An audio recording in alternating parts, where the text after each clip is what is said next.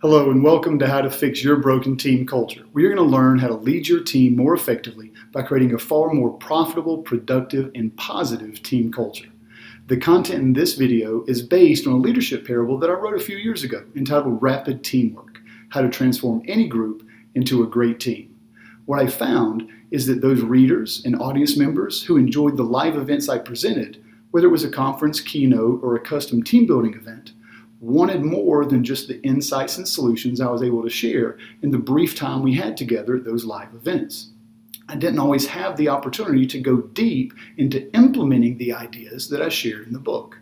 That's why I finally put together this collection of information to introduce leaders like you to a system for leading teams far more effectively. Now, one of the many things that I've learned over the years in working with leaders is that leaders in many different industries all see the same issues popping up on their teams. And whether I'm working with people in banking or education or construction or manufacturing or any other area, managers and administrators and principals and leaders are all working with people. And so teams in every industry experience the same issues: lack of trust, drama, apathy, gossip, poor communication, lack of accountability, and egos. And what you see on your team is honestly the same thing that leaders in most every team have to deal with and try to overcome. The problem is that very few have a comprehensive system that allows them to successfully deal with these issues by creating a healthy team culture. So if any of these issues feel a little bit too familiar, then it might be good to know that there is a way to deal with them that involves more than just putting a Band-Aid on issues. You need more than just Band-Aids to be a great team leader. That's why we're here. My name is Sean Glaze, and I am absolutely thrilled to have you here to learn why strategy is not your priority as a leader. See, in a perfect world, you wouldn't need to search for solutions to problems like the ones your team may be experiencing. And I'd wager that you're here now because this is the team that you want. Okay, not that you want counterfeit stock image smiles and high fives every day. But I'm guessing you do want a high-performing team where all your people are committed and pleasant and dependable and collaborating to achieve a compelling common goal that they can celebrate. The reality is we don't live in a perfect world. See, in the real world, you've probably been putting out daily fires and dealing with issues that take your attention away from more important things. And while a good leader can effectively deal with those issues, a great leader has the understanding and skills to preempt and eliminate those issues before they become costly over time. I was reminded of this a few weeks ago when my son gave me a call about his truck. At 17 years old, he drives a red Ford Ranger pickup, about a 20-year-old used vehicle with over 100,000 miles on it, and he had driven it to school for weeks. Then after basketball practice one day, he called me and said with a little bit of concern in his voice that he had pulled over and didn't know if he was going to be able to make it home. "Dad, the check engine light is on. I don't know what's wrong." And I realized that the fear and anxiety that he was experiencing is something that's shared every day by a lot of team leaders.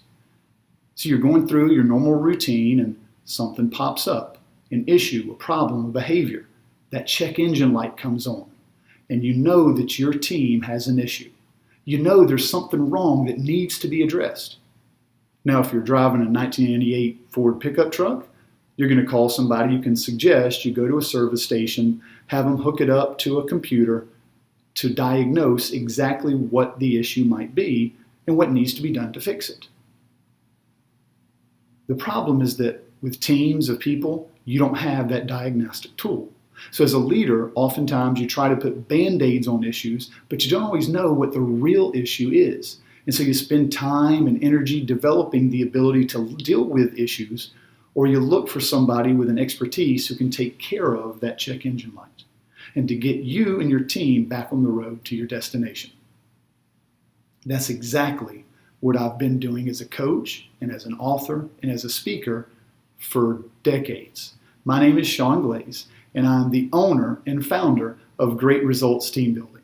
Today, I help leaders like you to create more positive, productive, and profitable team cultures. But before I became a speaker and author, I worked with and led teams for over 2 decades, and it was those experiences as a high school basketball coach They help me to develop solutions and systems that I've been able to implement and share to help smart leaders turn underperforming groups into more connected, engaged, and successful teams. And whether it was a women's program with a history that had experienced a few bad seasons, or a men's team that had never had a winning record before, championships are always a symptom of talent and exceptional cultures. And the same steps and systems and culture that we implemented as coaching staff to turn around those programs have been implemented to help successful leaders in a number of different industries with their people. See, most leaders work with the same team for many years, and some leaders only work with a few teams their entire career. And while the team may change according to different projects, leaders don't get a lot of chances to make and learn from mistakes. As a high school basketball coach, I had multiple opportunities to lead and to learn, and because of those experiences, I was able to experiment and fail and eventually improve as I saw what worked in building a culture that got the best out of the people involved. But you can't afford to make the number of mistakes that I made. You don't have time to struggle through unsuccessful attempts leading your team effectively. I've been humbled to get the emails and calls and handwritten testimonials describing the positive impact that the ideas and tools and experiences I've shared have had with past clients. And I'm excited to share the same with you. So let's start with the question. I'd like to address your check engine light. And I want to ask you to honestly answer, where is your team now? If you were to think about your team and rank their current performance on this scale of 1 to 5 based on their effectiveness and collaboration and the results they're getting, where would you place your team on this scale? From 1 being a team full of drama and disappointments or dysfunction, to 5, which is a team that has total clarity and confidence and commitment to work together. Where on that spectrum would you currently place your team? Now, as you think about that question, let me suggest that anything less than a 5 would probably be identified as underachieving in some way. Now, no team is going to be perfect, and there are certainly high-performing teams that have figured out a number of the things that I'll be sharing with you today.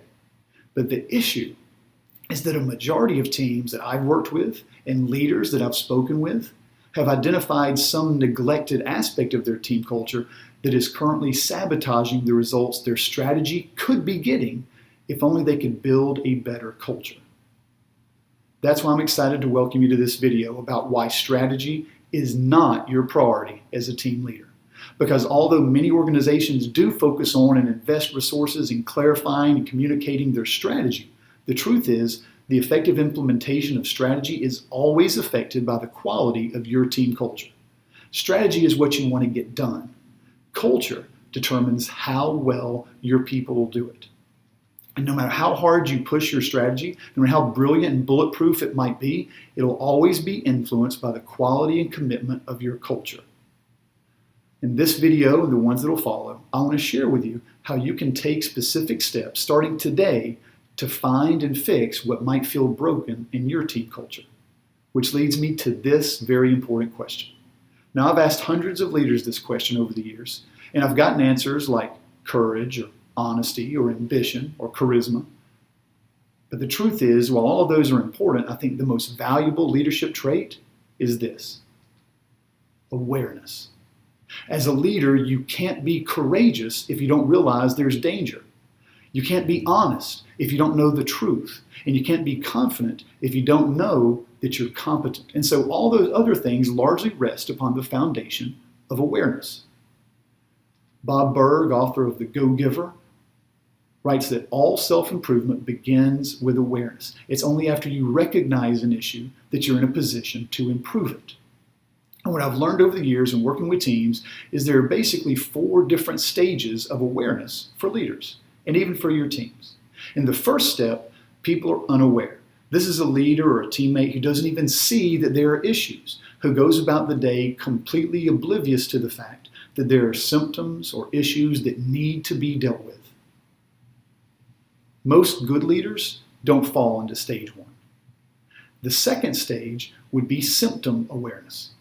It's probably the reason you're here today if you're symptom aware. You recognize that something's wrong.